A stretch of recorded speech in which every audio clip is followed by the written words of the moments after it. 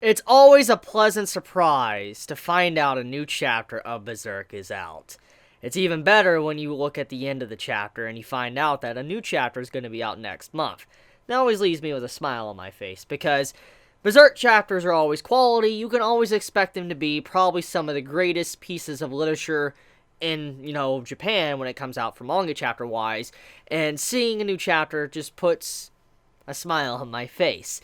So anyways, the new chapter is here. If you've yet to read it, you stop what you're doing right now. You don't have to come back to the video if you don't want to, but go read the chapter, because it's a pretty spicy chapter. That's all I'm going to say. It's a very, very spicy chapter, and if you're a Berserk fanboy such as myself, you're going to get pretty hyped. Anyways, with that being said, can we all take a moment to acknowledge the fact that what has been going on in this chapter and the previous chapter is like a mock fight to the final fight between Guts and Griffith? Because, as we all know, for a very long time now, since like the entire Eclipse part of the series, we always knew that Guts and Griffith were going to have a standoff. They were going to go at each other. They are destined to fight each other. That's how the series is. And when you see this chapter, you realize, like, this is a mock battle for the real thing. It's kind of like Kentaro is doing a test fight to see how he could potentially handle this fight actually in the real world. Like, in the manga sense, real world. That's what I'm getting at. And that's pretty interesting when you think about it like that, because it's crazy to see that, when you look at it, Guts might be able to somewhat stand up to Griffith now because of his allies. I mean, when you look at the chapter, like, you have Shurike and all that Farnese, helping out Guts, and then once Casca gets her mind back and she's able to do what she wants to do as well, and then you have, Serpico as well helping out, with all these people helping out Guts, he's no longer by himself. He's no longer just a lone struggler, trying to fight back against fate itself. And this is pretty much what this chapter is trying to show us, that Guts is now able to somewhat fight Griffith. Maybe not take him down still, but at the very least put up a decent fight. Because when you see the fire just hit all of the demons in this chapter, which we know for a fact the way that this dream sequence is being done, it's like an eclipse, a mock eclipse, and it's been speculated that another eclipse is bound to happen eventually later on in the series. And so this right here is like what potentially might happen in the future of the series, like the final act of Berserk. Like, an eclipse happens, Shurike and all that Farnese, they use their magic, they burn back the tides of demons swarming in, while Guts is, clashing up against, Griffith in the Berserker armor. That's basically what I think Kentaro is trying to imply here. But regardless of headcanon and whatever, or however you want to take this entire arc of the series of Berserk, we also need to respect the fact that this chapter was just straight and utter quality. The art.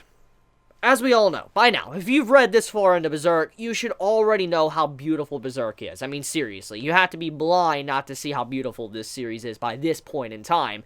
And the artwork of this chapter, it just really shows that Kentaro is starting to get used to the way he draws now with his tablet. Like, he does digital drawing now instead of how he used to draw. You can see he's definitely improved at his drawings. It looks a lot more, clean and slick compared to what it did in the past, like, previous chapters. I mean, it looked a little bit off, but it still looked very beautiful. As I stated a while back, it was like 6 chapters ago or so. I know that doesn't seem like a lot, 6 chapters, but in terms of hiatuses and stuff of Berserk, that is a long time. And I remember I talked about how some chapters looked a little bit weird because the art style shifted, and it wasn't the first time something like that has happened in Berserk. You have to where Kentaro has constantly and consistently tried to improve upon his art and change it up, and it seems like he's finally getting into the feel with his art style, and it's looking better and better by the chapter. Especially in this chapter, it looks incredible. I mean, the entire fight with Guts and Griffith, it blew my mind with just how good it looked. I mean, when you saw the Berserker armor dog go in, and you just see the whirlwind and all that with the blade of the dragon sword, I'm like, yo, that's sick. Like, that's legit sick.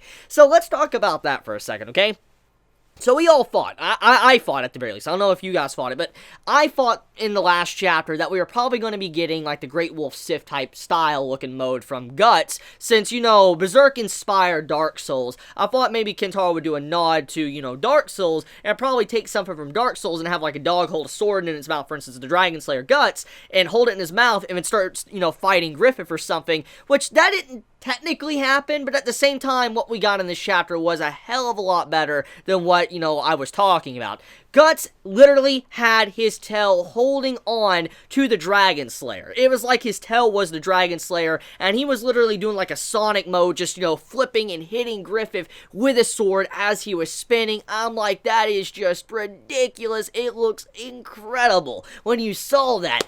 And to make it even better as well, besides that, when Guts, or, the dog Guts, he opened up his mouth of his Berserker armor, you saw the cannon, the signature cannon with, his arm and all that. So the signature cannon pop out and fire at Griffith, and you see the eye of Griffith pop up. I'm like, yo, that is just so freaking cool. Kentaro, good job on the art. It looked incredible. Even though there wasn't a whole lot of dialogue and probably symbolic meaning here, there is some.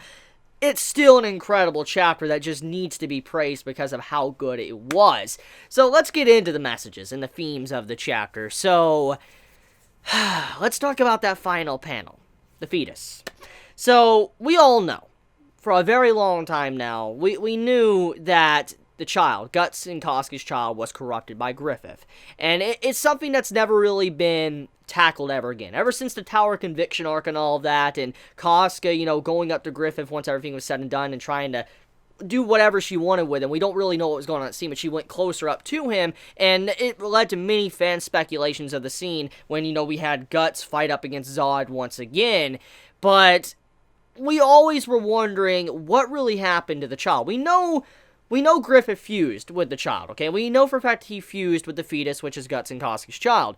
But we don't really know exactly what happened completely to the soul of the child or anything. And over many years since Berserk has been out, people have speculated that, the Moonlight Child, the child we saw that, was with Guts and Casca and all that, about, oh man, how many chapters ago is that? About 50 or so chapters ago? 60?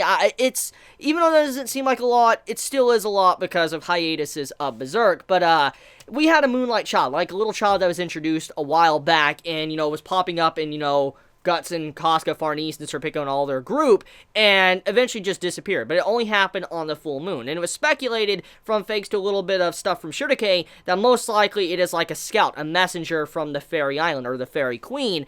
And so many were saying, okay, so maybe the Moonlight Child being potentially, Guts and Casca's child isn't a thing anymore. But even then, with all that is said and done, it's never been officially confirmed. For instance, the Moonlight Child, it's never officially been confirmed if that child was working for the Fairy Queen or not. We don't know that. We have no idea. It's never been established. It's never been told to us. So for all we know, that still could be Guts and Casca's child, and I feel like that's kind of what Kentaro is trying to build up.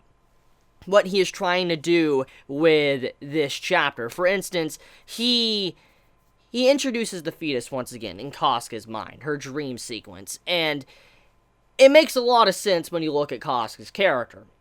If there is one thing that's been very consistent with Casca as a person, besides being like, a vegetable, she's always been able to recognize her child. For instance, let's look at, the fetus. She always was going after the fetus and all that, seemed like she cared about it, and the fetus always protected Casca.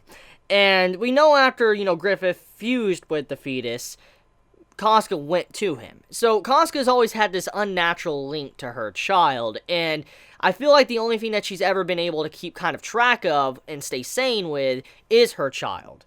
That's the only thing that's ever really grounded her in the natural world, is her child.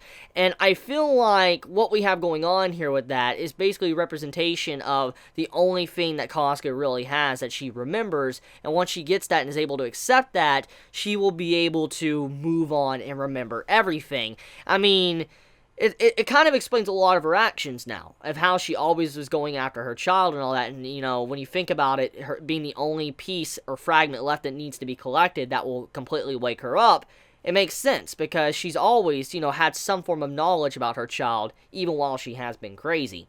So, let's talk about, the other symbolic message of this chapter, when, Griffith's eye popped up and all of that. So this might not mean what I'm about to say, but Griffith's eye in this chapter, many might be able to see that maybe with Casca having that inside of her dream, maybe it's her finally coming to terms and realizing the person that did everything like she's in, her state right now she's in, what did this all to her, is Griffith. Because in her mind, Griffith is this beast and all of that, and you have Guts fighting back, and it looks like Casca is starting to accept the fact that Griffith is the one that did all of this heinous stuff to her. That's like her awakening.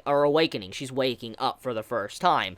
So yeah, it's my overall thoughts on the chapter. It's a pretty short and simple chapter, but I think regardless of how long it is or how simple it is, it's still a very consistent and quality series, and so I can't wait to see what's going to happen next. So let me know your thoughts in the comments below, how you felt about this week's chapter, or this month's chapter, this month's chapter of Berserk. And also, as a brief little FYI, I'm sorry if I look tired, I'm sorry if I said anything kind of stupid or whatever in this video. I'm a little bit tired. I'm running off of an hour and a half sleep. I've been playing a lot of Monster Hunter, as I said in my vlog yesterday. Been really wanting to play it. Stayed up all night playing it, and, played some Fighter Z as well. So just forgive me if I look a little bit tired, or if I, said something stupid in this video. Like I said, please forgive me. I will correct myself next time I make a video or whatever. But for now, though, you all have a wonderful day or night wherever you live. If you enjoy my content, please subscribe. If you like this video, please leave a like. And if you want to get notified for whenever I upload a video, please click the bell icon